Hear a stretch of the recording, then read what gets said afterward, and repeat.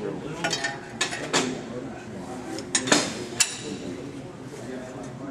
a little uneven, so it's wanting to roll back. But what I would do is basically get your bolts halfway snugged up so that we're not sliding. You want to get it kind of rough in there. And you can see that this one's going to be harder to do because we only have half the knife here. But you're going to want to get in there and actually set.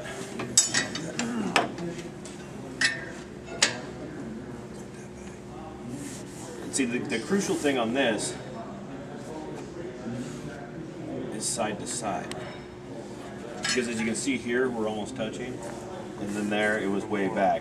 So we want to set that to where we have an even gap between side to side. You can bolt them in quick, but like I said, it's going to take a lot more sharpening strokes to get it square than if you just took a little bit more time and got it square to begin with.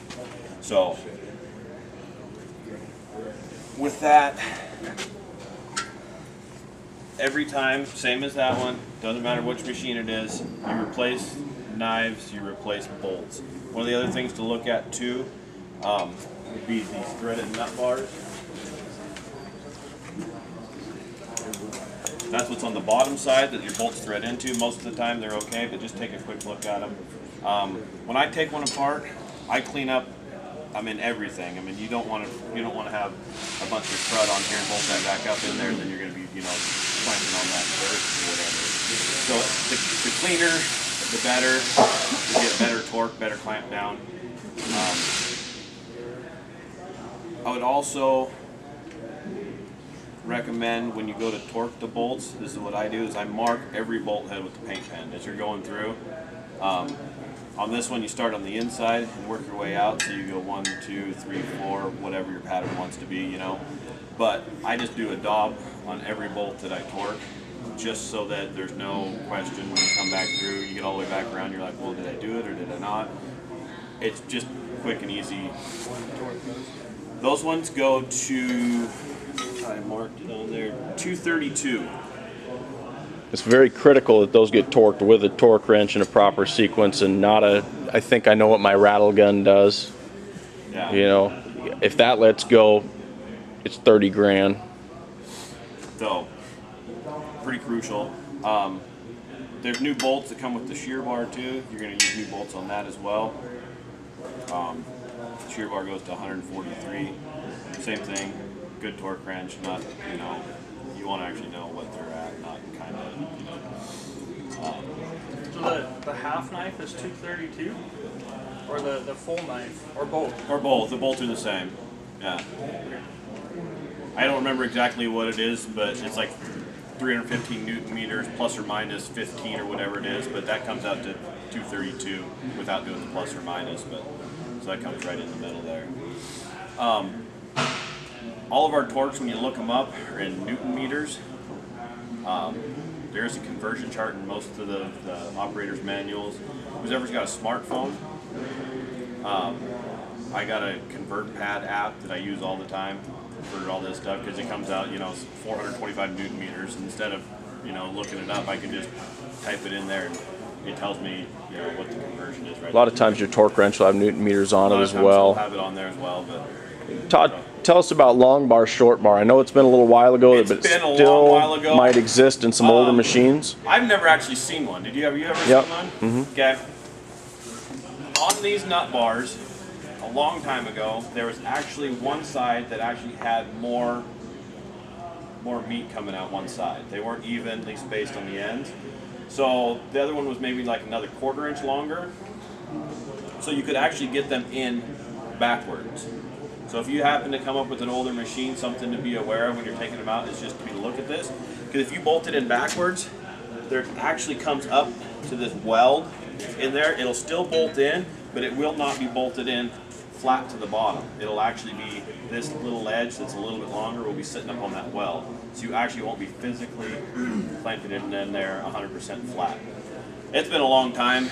Most of them are out, unless there was a machine that had them in it that they've never been changed from Long time ago. Long time ago, quite a few years ago. But that's just something to be aware of. I mean, there shouldn't be any of them really floating out there anymore, but there could be. So, good point. Yeah, just be aware when you bolt those in that, yeah, if that thing's not coming up square or it's not torquing up right, then maybe have a look. So, but torque is very important. Proper torque instead of just. Those retaining things for the knives now, how often do you replace those? That's a good question. How do I do that? I don't really know. I mean, I think as long as they're good and they're not cracked or beat up or anything, we've been using them. I haven't really had any failures per se. But that's a good question.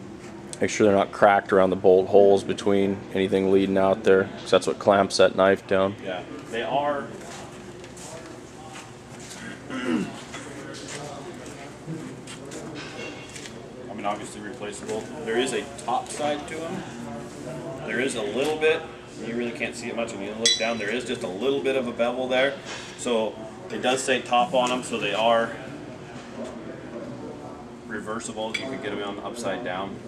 So you do want them to have, because they are basically kind of like a spring washer to sorts. I guess if you took them off and you can't see, and like I said, it's very subtle, you can pass it around and take a look at it. If they are flattened out, then it might be a good idea to replace them just because. So. Good question. We need to come up with an answer, Lee, to see if there's a recommended change hour or every so many knife changes or something like that. Change ours.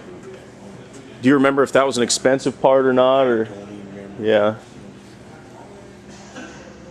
probably fairly cheap insurance, I but would we need to think it find would out be, how and often. then how often, every 5 times or 10 times, or we don't worry about it. I don't know. I don't know the answer to that.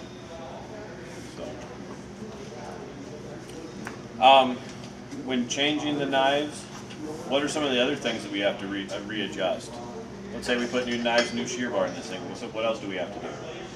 Stone. Readjust the stone. Okay. Another one is the drum bottom. It's got shims on there. If you've shimmed it up as it's worn out, you gotta put the shims back in to drop the drum bottom back out. Making sure that the knife life is reset back to 100%. I believe it when you back the shear bar out, it does reset it to 100%, but making sure that it is back to 100. Otherwise, your counter's going to be all out of whack. With that being said, we'll readjust the stone. Who hasn't done it? This is real important for somebody that hasn't done it or I've got a hasn't. new one to put in, so. Okay. Do it. Yeah, hop. Mine's gonna be stuck in there like you were saying, so. Yep. Yeah, hop in there and take a look at this. This is important. There's a lot of questions on this. We'll pull this one back out. We'll get this one out and then we'll take a look at everything over there on the bench. This is the lock nut tool. It might look a little bit different from the ones that you have. The ones you have might be flat, but this is the new style. It works with the 494 machine because the stone is a little bit longer, so it actually sticks up through the holder, so they had to make a cut for it. It still does the same thing, it's the same tool. So it locks in on there. Can you get the longer stone on these? You can, and we'll get to that. First thing, there's a little lock tab in here. You guys haven't seen this, jump up in there and have a look. Show them what you're talking about, because that's real important. How far down does the stone have to be inside of there before you know it's time to replace it? It will tell you. Okay. If you have your counter reset in the cab, at 450 cycles, it's going to tell you to reset the stone or replace it if you haven't, already done it. Let me grab this thing over.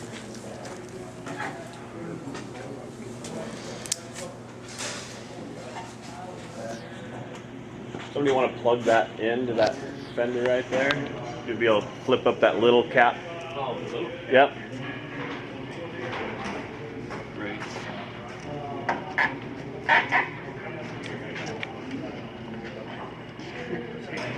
Okay, this little bracket goes on the end here, and that's part of the ratchet assembly.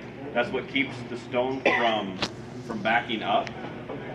So you have to take that off in order to remove it. There's a little lock pin on here on the side. That's what's going to lock the holder in place so you can break the nut loose. See this right here? So you move that in.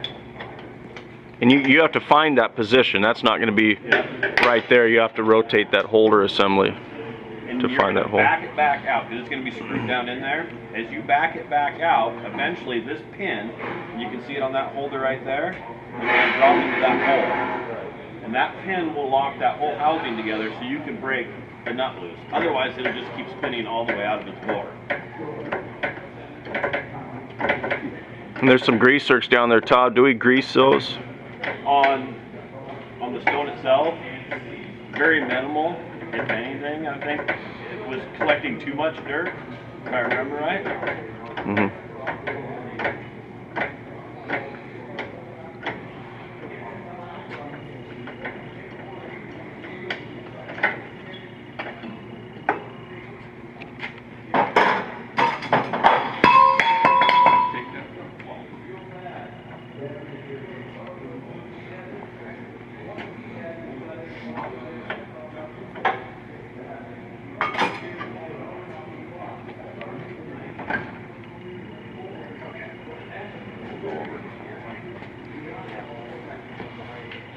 So ours is going to come out just like that. Yeah, See how it come right out. That one, this is the one that was in there last night, and that one was stuck in there. This, How did you get it out? we just got a pry bar underneath it and started kind of working it. Once you kind of got that dirt and dust and stuff kind of broke loose, it just kind of slid up out. It wasn't like it was super jammed in there. It was just stuck. Anybody tell me what's wrong with that? Is that In the wrong spot. how you took it out? That's exactly how we Okay. took it out. The rubber's in the wrong spot. There's a sequence, and every new stone comes with the new rubbers on it, but it doesn't come with the spacers. Spacers are obviously reusable.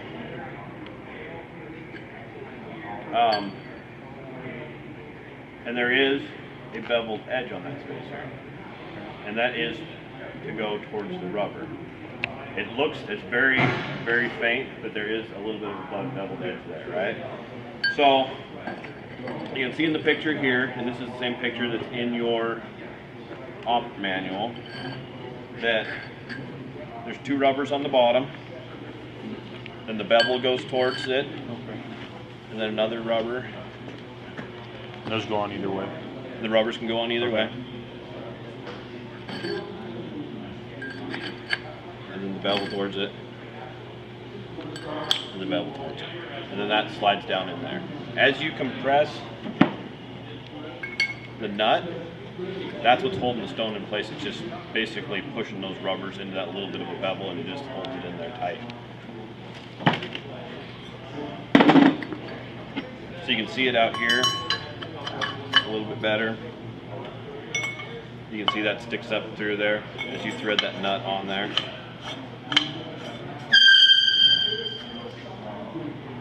That holds it in place. Now, two different stones. 494 is longer, 492 is shorter. This one will fit in there, but you have to buy the longer tool in order to be able to tighten the nut. With this one, you get roughly 900 passes, you get 450, you readjust it. This one you just get an extra 450. I don't think the numbers really pencil out to be a whole lot more. I mean, because you'll spend more because it's obviously longer, but it doesn't really pencil out, I don't think, per se, unless you already had the longer tool, because you have to buy the expense of the tool and stuff in there to begin with. But yeah, they are the same, just one's longer than the other. The stone's not going to be completely gone when you have to change it. And It's that's there's the still thing, some too, is I stone wish I there. had one that was there. You're still going to have a lot of stone left, even though it says it's time to change Okay, I it. see. But you have to have that much in there to hold it. That's the way it's designed. You can't really cheat it to get a whole lot more. Two old ones at the top. Glue them together? Yeah. We had somebody try that. It doesn't work. Get it on the old choppers. You did, huh? Yeah. Like New Holland or something like that? Yeah. Very similar to a New Holland setup Yeah. on the pull types.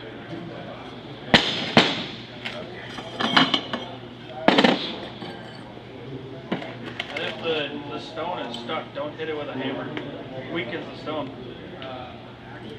You get chunks flaking off of First time there. you hit the knives with the stone, it'll just shatter into pieces.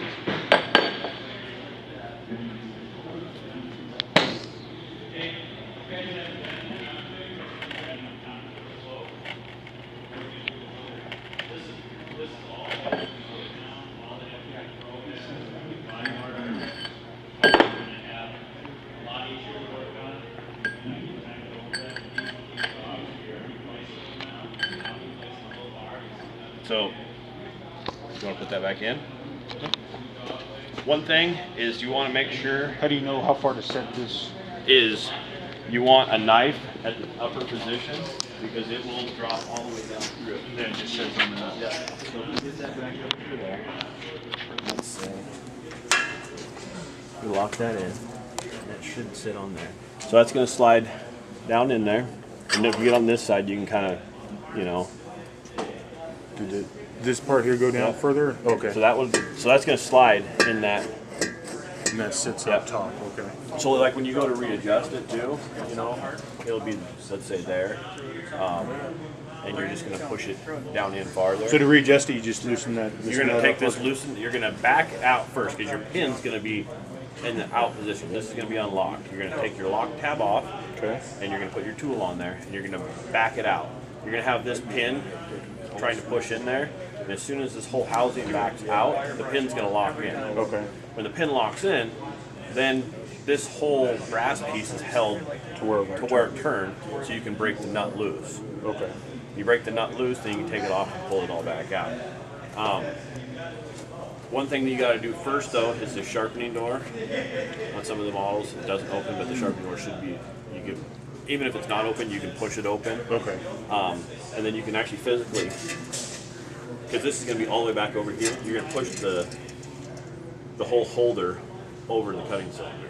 Okay. So you got Some the push knife there. easier than others. What's that? Some push a little Some push easier a than little others. You easier got a than little others. force to get that over. Yeah. So you're going to push the door open. The door's just on this little hydraulic cylinder. Same thing. You can push it open if it's not already open. I think on the newer 492 machines it opens automatically. When you shut the engine shut the off. engine off. This one was closed. We had to push it open, but it just pushes open Okay. itself. You're going to run it over to, like I said, to the knife. And then you're going to put your ring back on. As you're putting the ring back on, you're tightening it down. It's actually going to force the stone down into the knife so you can cheat it up a little bit Okay. to get your clearance, because you want it really close to where it'll start grinding right away without having to do a bunch, because it takes one click isn't very much in the thing. So you can actually cheat it up a little bit and then tighten.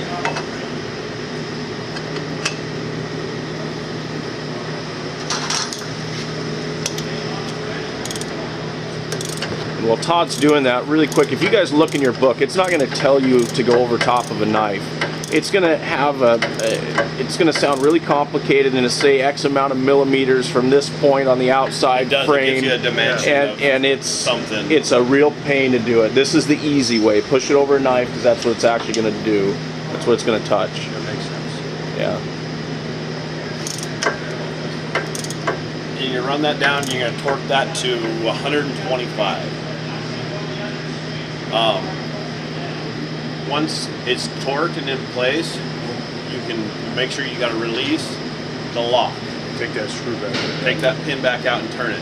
Because the first time it goes over and starts actually trying to ratchet it, it's held in place and it's going to break the little pin. Okay. If you get it all torqued down and you're still too close, you can actually fudge the whole holder now. Oh, once you pull that pin. Once you pull that pin, you can fudge it to actually set it close Set it to where to the knife. just by turning. Just by turning it. Okay. Then you're going to reinstall your lock tab and lock that in place.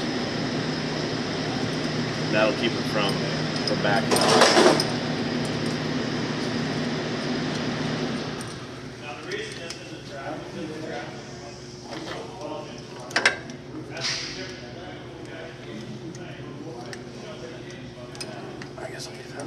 couple things to look at too when you're doing it. You can feel on this one. If you get up in here, that the brass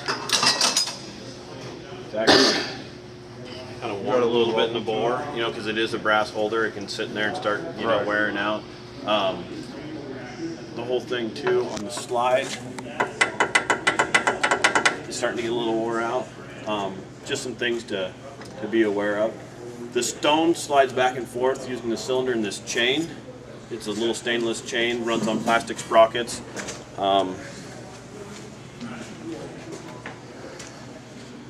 So one thing to check there, they will wear out. A lot of times, even if they still got teeth, the inner hub will actually be kind of oblong.